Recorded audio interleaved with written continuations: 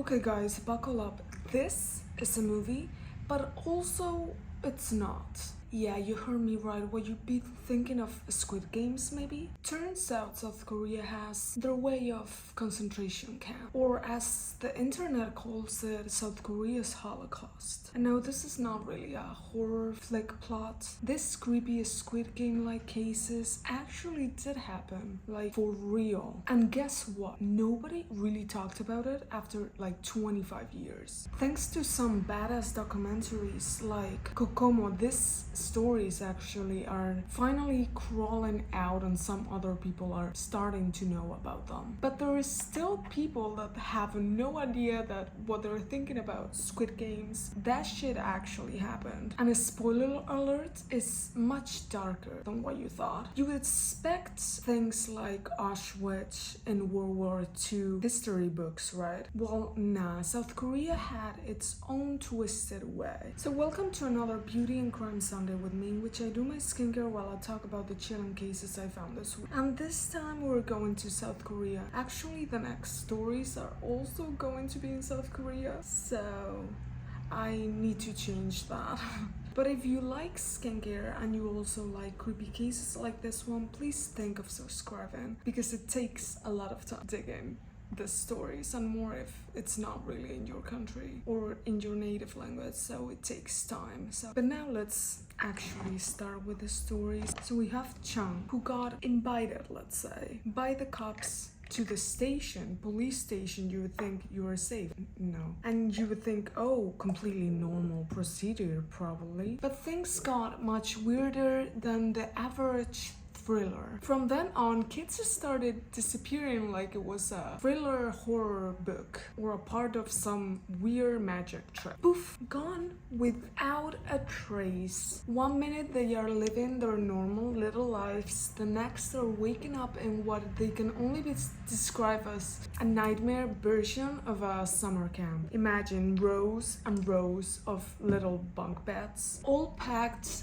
very tight like sardines. And guess what? Everyone's rocking matching suits, like very similar to the ones in Squid Games, like blue with stripes on it. The fashion statement that it says, I escaped from the upside down. Oh, and hairstyles, you might be thinking, oh, forget about it. No hairstyles. Because they weren't allowed to have hair. Yes, everyone's head got shaved once they got into that weird summer camp, because nothing really says fun like forced baldness at age 7 or 12, right? Identity also obviously gone. Instead, everyone got a number, like they were some extras in some dystopian movie. And if you thought this was a very quick weekend trip, no, it was a full-time sentence. Picture this: 5 a.m. alarms go off, long lines of hundreds, maybe thousands of people, kids, adults, even elders were in that prison, and they were forced outside like cattle, all under the watchful eyes of guards ready to pounce if anyone so much as thought about jailbreak. Yeah, total normal stuff, right? Honestly, it sounds like the worst summer camp you can ever think of. And just like any movie horror set, these places were barricaded with very high concrete walls surrounding the whole premise, topped with guards in each section, hiding deep in the woods where nobody could actually hear them. And the location of the place, well, not just a random basement or a very creepy place or a very spooky warehouse. This was a whole little town. Imagine that. A town full of people trapped in uniform misery, hidden in the middle of nowhere. And these camps were not just bunk beds or forced labor. They also had factories, a church and a school, a barber shop, even a bathing area, like some weird, very exclusive, a very twisted, all-inclusive resort, I guess. If your idea of resort is totally misery and abuse. And surprise, surprise, this wasn't a one-and-done deal.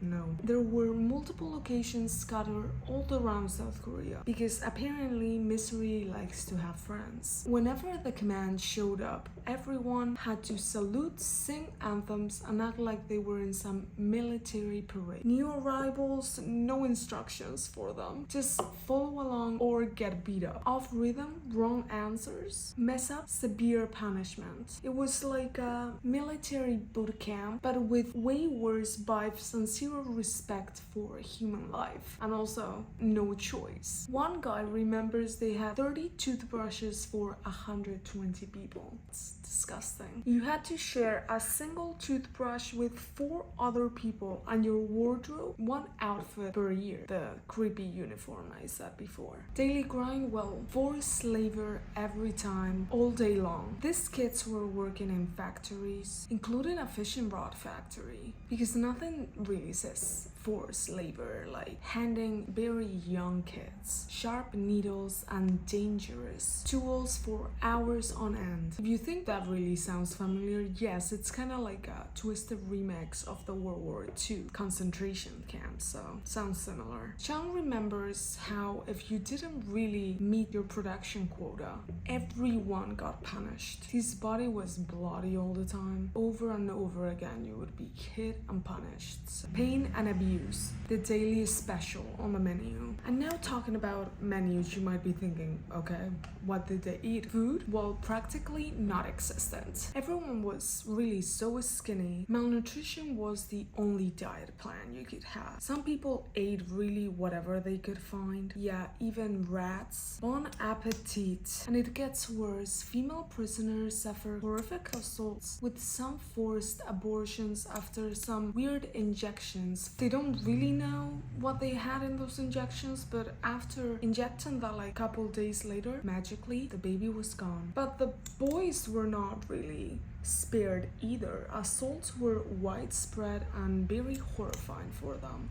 You might be asking, what the hell was this place? What kind of sick welfare center? Sounds innocent, right? What kind of sick welfare center needs to be surrounded by walls, guards, and misery? Turns out it was called the Young Tae-wook Ji-won, the Brothers Welfare Centers, which sounds creepy to me, but I guess they were trying to make it sound normal.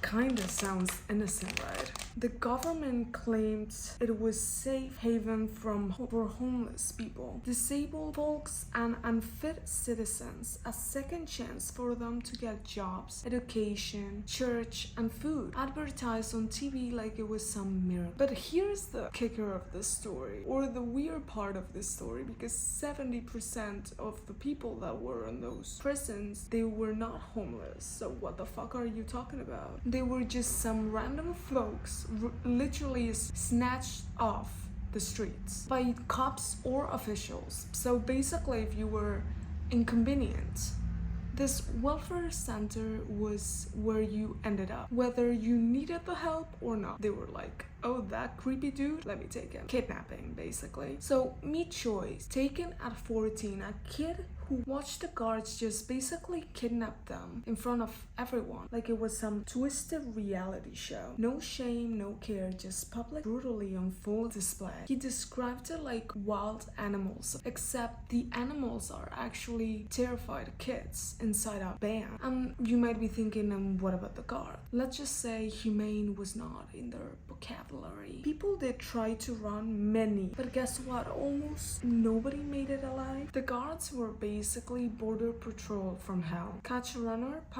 punish them to death, and send the rest a very loud message. One dude even talked about how he actually felt shame, feeling guilty for actually surviving, something that wasn't really his fault. And yeah, survivor guilt, that's actually a thing, but with a brutal twist. Now the disabled, oh, they had a special place too, called the zombie zone, because these people were so heavily drugged all the time for giving them problems that they they were basically walking ghosts, unable to fend for themselves or even really be there. 2 years pass like this, drugged, zombified, and trapped, without not really having any thoughts. One day, Choi spots a very familiar face around the crowd. His dad. Imagine being a parent to a kid like Choi. Gone for years, no answers at all, no hope for it, and his dad turned to alcohol to numb the pain of losing a child. But the cops, they just laughed at him, calling him a drunk and basically treating him like garbage. And guess what? The same cops branded Choi as unfit for society and tossed him right back into the camp. So at 15, meeting his dad again wasn't a heartwarming reunion. Instead, Choi felt ashamed, embarrassed at how worn down and aged his father looked from the grief of losing him. The once very youthful man was now a shell, let's say. The exhaustion of losing his child and fighting a very broken system. Before actually parting, his dad gave him a rice cake, an old very precious treat, saved from a holiday, given with love despite his own hunger. That very small act of humanity shined through the horror. Even when everything else was stripped away, the human heart somehow survived in that horrible place. Here's where it gets even more messed up, because it wouldn't be a story in Criminal Glow without a horrible twist. The welfare center was promoted as a God-given place. The leader forced everyone to sing church hymns and preach Bible verses about how this abuse was God's will. Yeah, they literally brainwashed these people under the guise of religion, twisting faith into a weapon of control for them, using God's name to justify torture. Yeah, that's a whole new level of sick mentality. But now let's fast forward to December 1986. Mr. Kim, a prosecutor, decides to go on a hunt with co-workers. But instead of deer, he stumbled upon laborers being beaten by guards, wielding sticks, guarded by unleashed dogs surrounding the area, and locked in barns with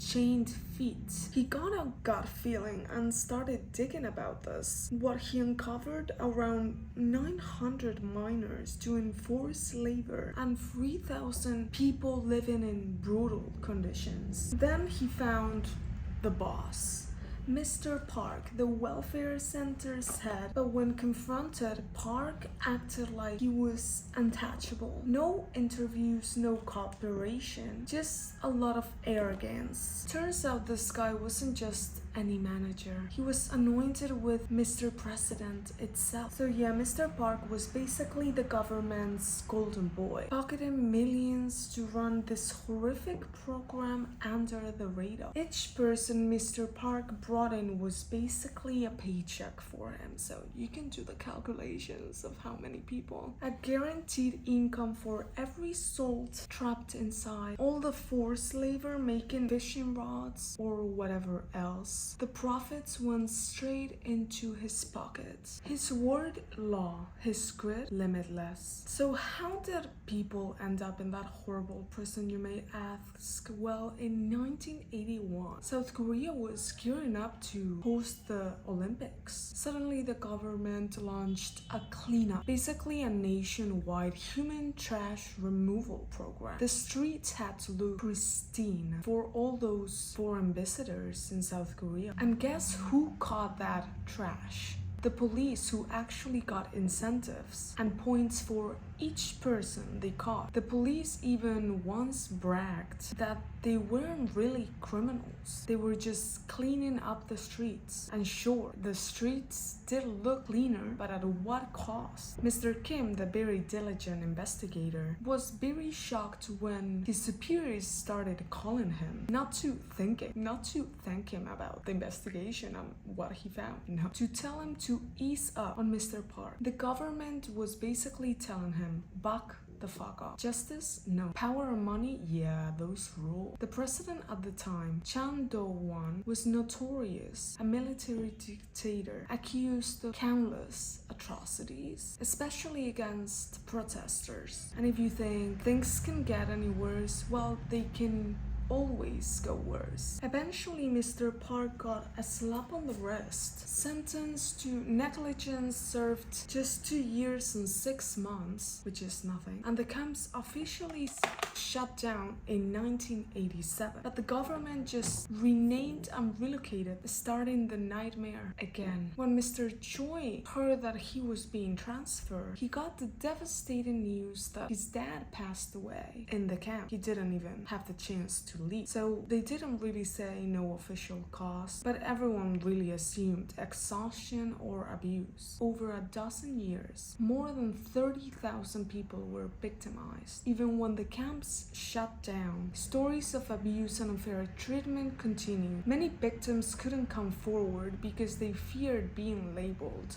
unfit forever. Those taken as kids often couldn't find their families and ended up in orphanages or mental facilities, trauma too deep to simply walk away from. One man who actually survived with his sister, who became disabled due to the abuse and all the drugs they put on her for such a long time, finally found the courage in 2012 to speak out. He stood in front of the courthouse and said, "I'm 37, but the story I tell is from my childhood self. What we want most is to find normal again." Sadly, the courts ruled the statute of limitations had passed, so no justice was ever served. And Mr. Park passed away in 2016, living out his days wealthy and very untouchable. Dementia robbed him of memory, but not the fortune he built abusing other people. Victims camped outside the courthouse for over 900 days, almost 3 years, demanding to be heard. Finally, in 2020, the courts really agreed to reopen the case, but even now, the survivors have yet to receive any real compensation or support from the government that actually betrayed them. And the people who inflicted this pain is still out there, living without any consequences. I believe the family of Mr. Park is living in New Zealand or Australia with all the money of the people he abused. But since he's dead, the family members are living the dream, which is fucking sick if you think about it. I wouldn't want that money if that was me, but they couldn't really protect themselves as kids. But now, at least when they're adults, they're trying to fight back. So what do we do with stories like this? Do we look away and pretend it never happened? Or do we listen, really listen, to the voices that were silenced for decades? These aren't just forgotten names or distant memories. These were real people, robbed of childhoods, dignity, and justice. If you believe in justice, in truth, share this story. Make sure it never disappears again and people actually talk about it, maybe. Because if we forget, history will repeat itself, and it always does. That is the real tragedy. Thanks for watching. Stay safe, stay compassionate, and never stop asking questions. And remember, do your skincare, and if you don't end up like a glazed donut at the end of it, you're not doing it right. Bye bye.